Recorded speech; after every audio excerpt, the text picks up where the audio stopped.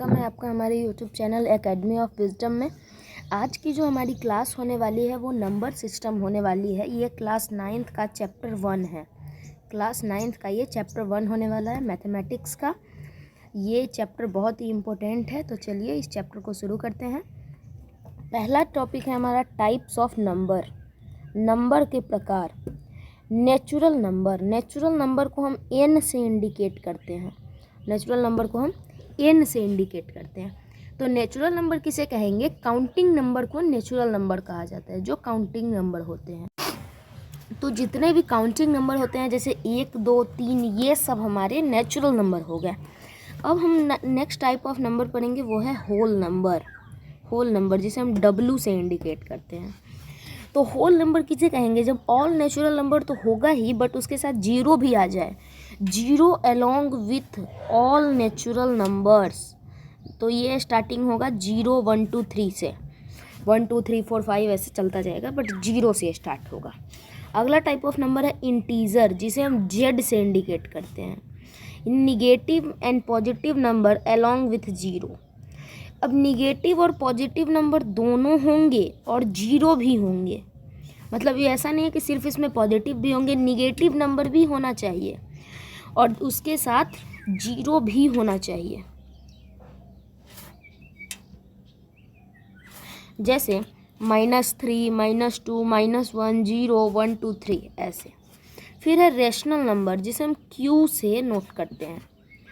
All integer and fraction with decimal number, जिसमें all integer भी होंगे, मतलब पॉजिटिव निगेटिव जीरो भी होंगे, फ्रैक्शंस भी होंगे और डेसिमल नंबर भी होंगे। मतलब समझिए एक तरह के ऑल टाइप ऑफ नंबर का ये कॉम्बिनेशन हो गया रेशनल नंबर। जैसे 0.25, 0.25 क्या हो गया? ये डेसिमल नंबर हो गया। -17 किस में आता है? इंटीजर में आ गया। 1/5 एंड 13/7 ये फ्रैक्शन हो गया। -2/11 इंटीजर हो गया। ठीक है, अब पढ़ेंगे रैशनल नंबर, क्योंकि आज का चैप्टर ही वही है रैशनल नंबर के बारे में। Any number that can be written in the form of, ऐसा नंबर जिसे हम P/Q के फॉर्म में लिख सकते हैं। P/Q और Q जीरो नहीं होना चाहिए। तो रेशनल नंबर कोई भी नंबर कैसे हो सकता है? जब वो इन दो फैक्टर्स को क्वालिफाई करेगा। कौन कौन से? तो वो P/Q होना चाहिए, मतलब उसको फ्रैक्शन के फॉर्म में लिख सकें, और Q जीरो के बराबर नहीं होना चाहिए। P and Q have no common factor other than 1, that is P and Q are co-prime। तो P और Q के पास कोई कॉमन फैक्टर नहीं होना चाहिए 1 के सिवाय। मतलब उसको स्मॉलेस्ट से स्मॉलेस्ट फॉर्म में लिखना है कि वो सिर्फ 1 ही उनका कॉमन फैक्टर हो। जैसे P और Q को प्राइम होने चाहिए। अगला है, do you think a natural number is a rational number? तो इसका आंसर तो यस ही होगा, क्योंकि ये 3 है लेकिन 3 के नीचे 1 छुपा हुआ है, तो उसको 3/1 तो हम लिख सकते हैं। अगला है, do you think 2.5 is a rational number? तो हाँ, 2.5 भी रैशनल नंबर है। 2.5 को हम लोग 25/10 लिख सकते हैं, और 25/10 को अगर हम छोटा करें तो 5/2 हो जाएगा।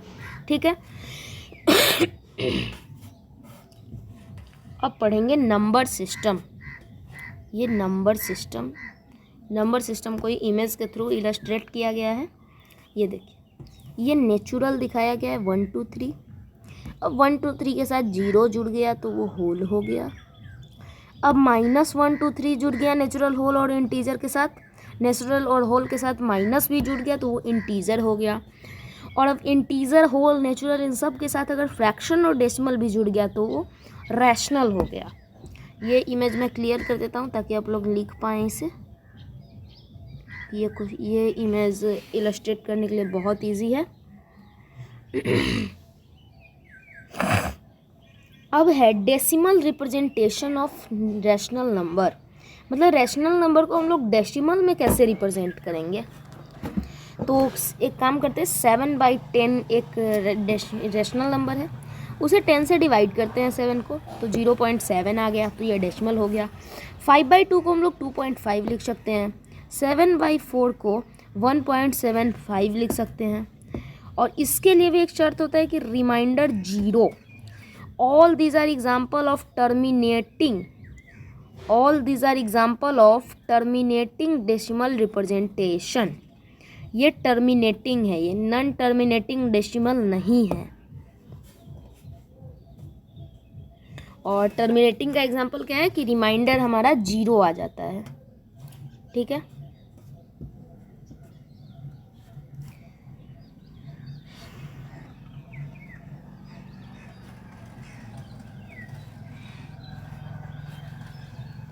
और 2/3. अब 2/3 को अगर हम लोग डेसिमल में रिप्रेजेंट करें तो 0.6666 कंटिन्यू हो जाएगा वो, मतलब कभी वो डिवाइड ही नहीं लगेगा. तो ये रीअकरिंग हो गया, जिसे हम नॉन टर्मिनेटिंग भी कहते हैं. रीअकरिंग नॉन टर्मिनेटिंग दोनों सेम है. 1/7 को भी अगर हम डिवाइड करें तो 0.142857, फिर 142857, ये कंटिन्यू होता रहेगा. अगर 1/6 को करें तो 0.1 आ जाएगा, उसके बाद 6 कंटिन्यू होता रहेगा. तो नॉन टर्मिनेटिंग और रीअकरिंग को याद करने का तरीका है कि इनका रिमाइंडर कभी 0 होगा ही नहीं. किसी भी कॉस्ट पे उनका रिमाइंडर 0 नहीं हो सकता है.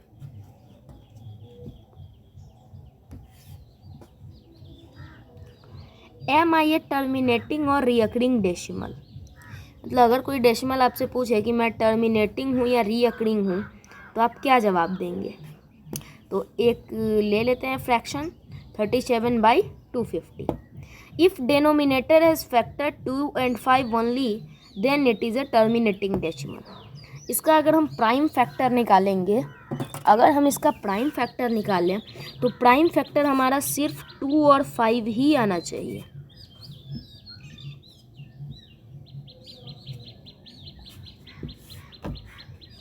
टू और 5 ही ओनली आना चाहिए. अगर 2 और 5 के सिवाय भी कोई आ रहा है मतलब वो टर्मिनेटिंग नहीं है. और अब इसको देखते हैं, इसको थोड़ा जूम कर देते हैं जो इजी हो इसे पढ़ने में.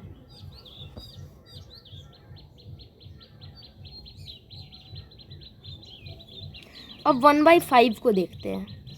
1/5 को हम लोग 2/10 भी तो लिख सकते हैं. और 10 का जब हम प्राइम फैक्टर करेंगे तो 2 और 5 आ गया, 2 और 5 आ गया.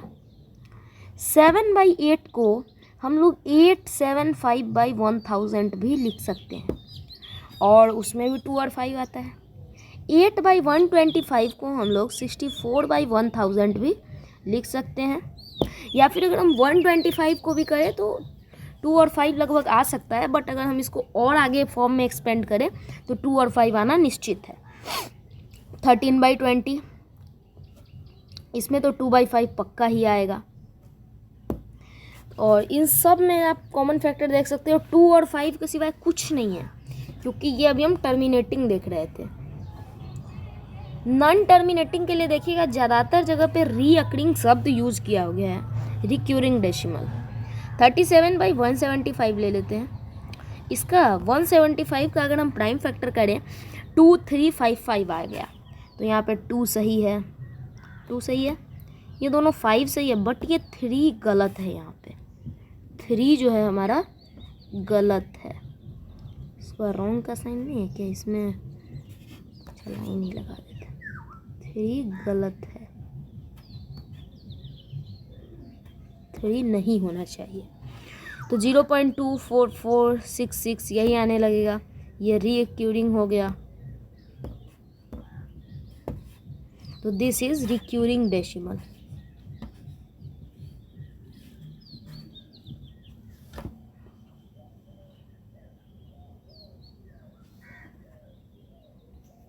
हाँ, representation on number line.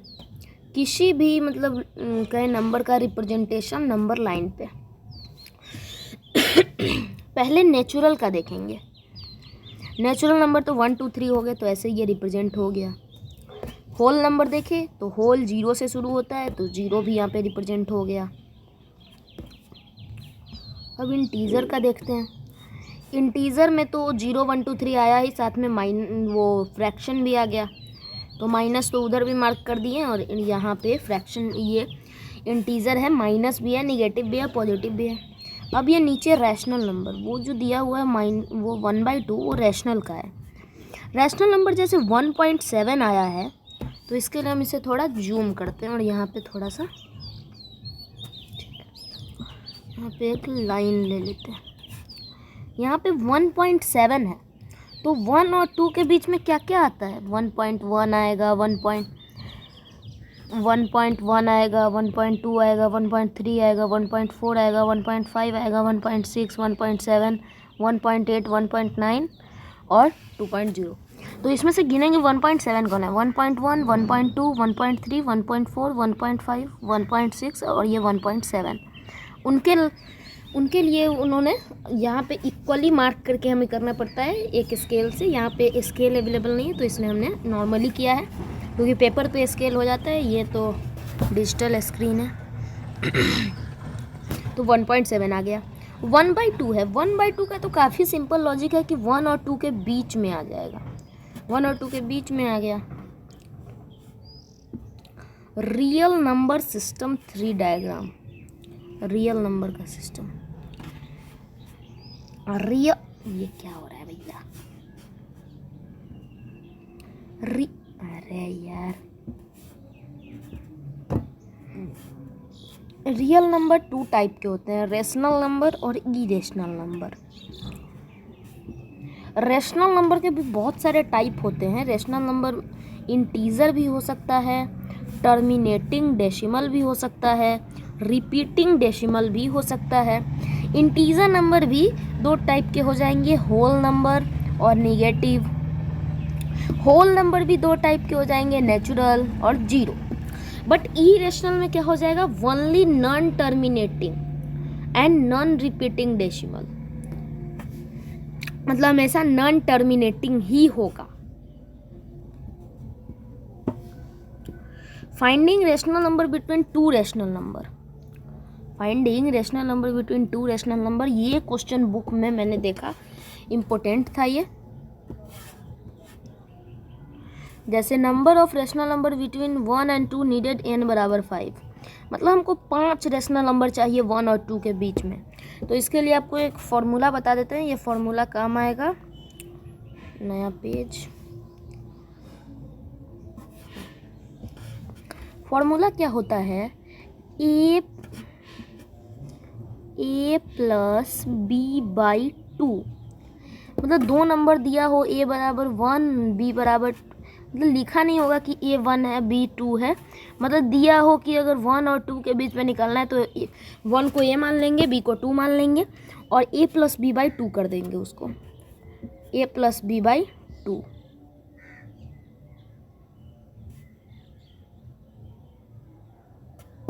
a + b/2 कर देंगे, 1 और 2 को जोड़ के 2 से भाग दे देंगे, तो 1 और 2 को जोड़ के 2 से भाग देने पे कितना हो जाएगा? तो 3/2 मतलब 1.5 आ गया। अब हमसे पूछे कि सिर्फ एक ही नहीं निकालना है और निकालना है, तो इसके लिए भी हम लोग एक फार्मूला यूज़ कर, उसी फार्मूला को कंटिन्यू करते हैं हम लोग। देखिए जैसे हम लोगों ने इसे छोटा कर दिया, क्यों नहीं हो रहा है भाई? हाँ, इसे छोटा कर दिया। अब 1.5 आ गया, तो 1.5 में 1 जोड़ देंगे, 1.5 में 1 जोड़ देंगे, 1.5 + 1/2, तो ये क्या 2.5/2 आ गया। अब इसे भी डिवाइड करेंगे और इसी तरह कंटिन्यू करते रहेंगे। नया नंबर आएगा उसको ए में जोड़ते जाएंगे। लोग कहाँ थे? यहाँ थे।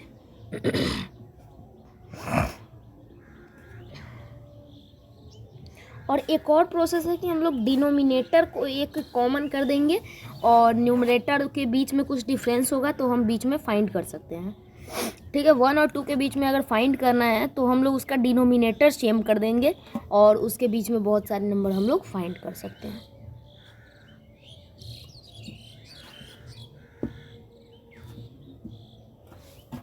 यहाँ पे भी वही दिया हुआ है, कॉमन करके बीच का नंबर निकालना।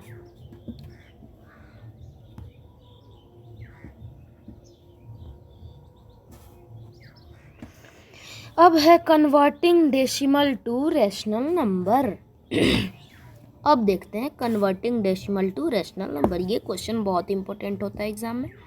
0.3 0.3 तो इजी था, उसको 3/10 कर दिया हमने। 0.75 भी इजी था, 75/100 कर दिया उसको, जो कि 3/4 हो गया। But what if we need to convert, अब 0.33333 नॉन टर्मिनेट, मतलब ये रुका गया ही नहीं, वो 3 कंटिन्यू होते गया। अब क्या करें, अब तो फंस गए।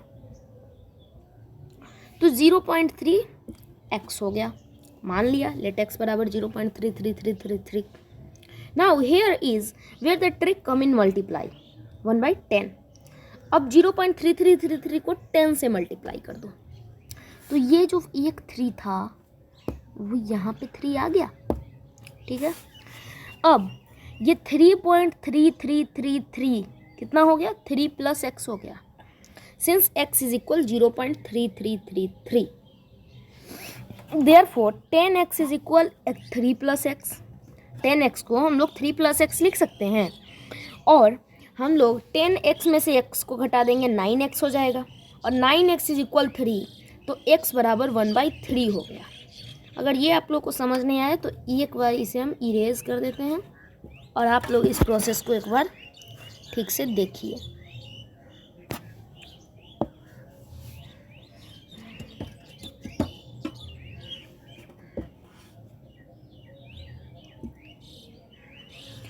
Converting decimal to rational number, वही टॉपिक है अभी।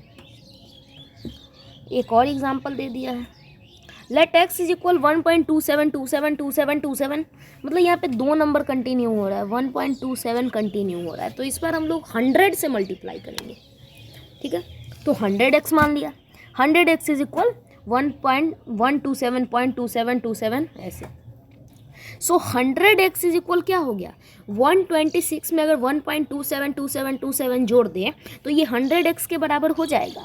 और यहाँ पे हमने 1.272727 को क्या मान रखा है, इसको हम लोगों ने मान रखा है x, इसको हम लोगों ने x मान रखा है, तो इसको 126 + x लिख सकते हैं, मतलब 99x is equal 126, 99x is equal 126, तो x इज इक्वल 126/99, जिसे 14/11 लिख सकते हैं। मैं जानता था कि इस टॉपिक में मतलब दिक्कत होगा, इसीलिए मैंने यहाँ एक ही क्वेश्चन ना डाल के ज़्यादा 2-3 डाल दिया। तो यहाँ पे भी x बराबर 23535, यहाँ पे 2 टर्मिनेट नहीं हो रहा है, 3.5 ही बार बार आ रहा है, 2 रिपीट नहीं हो रहा है, बट 35 रिपीट हो रहा है, 2 डिजिट अब रिपीट हो रहा है, तो 100 से ही मल्टीप्लाई करना पड़ेगा ना, ठीक है। तो ऐसा कर देना है कि इधर जो है कंटिन्यू रिपीट हो, 535353 कंटिन्यू होते जाएगा। तो सेम उसी प्रोसेस से मान के हम लोग देखिए 100x बराबर वही मान के उसको x डाल देंगे, फिर 100x में से x घटा के 99x बराबर 23.3 और x का वैल्यू 233/990 आ जाएगा। अब NCERT question, NCERT question example 1.3 question number 2, we are given that 1.7 बराबर 0.142857। अब 2/7 का निकालना है, कितना इजी है, 2 × 1/7 लिख सकते हैं, और 1/7 का दिया हुआ है तो उसको 2 से मल्टीप्लाई कर देंगे, इजी है। 3/7 दिया हुआ है तो 3 × 1/7 लिख सकते हैं, तो 3 × उतना गुना कर देंगे वो आ जाएगा। 4/7 लिखा हुआ है तो 4 × 1/7 लिख सकते हैं, तो 4 × कर देंगे तो वो हो जाएगा। फिर 5/7 को 5 × 1/7 कर देंगे, ये हो जाएगा। 6/7 को अगर 6 × 1/7 कर देंगे तो 6 से मल्टीप्लाई करके हो जाएगा। आज का हमारा क्लास यहीं ख़त्म होता है, इसका अगला पार्ट जल्द ही जल्द आ जाएगा, तो उसका टेंशन मत लीजिए, अगला पार्ट आ जाएगा जिसमें हम लोग इसमें से छूटे हुए टॉपिक्स को कवर करेंगे, और हम लोग जो है उसमें ज़्यादा से ज़्यादा क्वेश्चन सॉल्व करने का कोशिश करेंगे। उसमें हम लोग क्वेश्चन भी डालेंगे, यहाँ पे हम लोगों ने टॉपिक समझा तो वहाँ पे क्वेश्चन भी यूज़ करेंगे हम लोग। यहाँ पे शायद लग रहा है रैशनल नंबर हमने कवर नहीं किया है, तो वो अगले टॉपिक में अगले पार्ट में कवर होगा, तो उसका वीडियो जल्द से जल्द आ जाएगा, तो आप लोग प्लेलिस्ट में जाके देख सकते हैं वो वीडियो।